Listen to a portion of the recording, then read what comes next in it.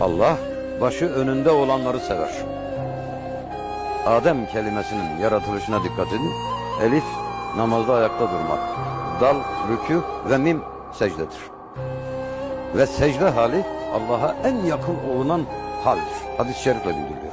Allah'a en yakın olduğunuz hal secde halidir. Kulun miracı. Allah başını eğenlerin yüzüne ak eder. Allah tevazu gösterenleri aziz eder. Bu bakımdan Cenab-ı Hakk'ın huzurunda elbette baş eğik olacaktır.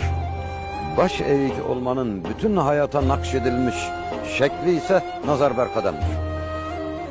Bu işte göze getirilen prangayla mümkün, dünyanın en zor işidir. Göze hakim olmak, göze sınırlar getirmek, ama bu başarılırsa Allah içinizden çok daha güzel bir göz açar. O göz açılırsa o gözün gördüğünü anlatmaya ne bu program, ne kitap, ne defter, ne de dil.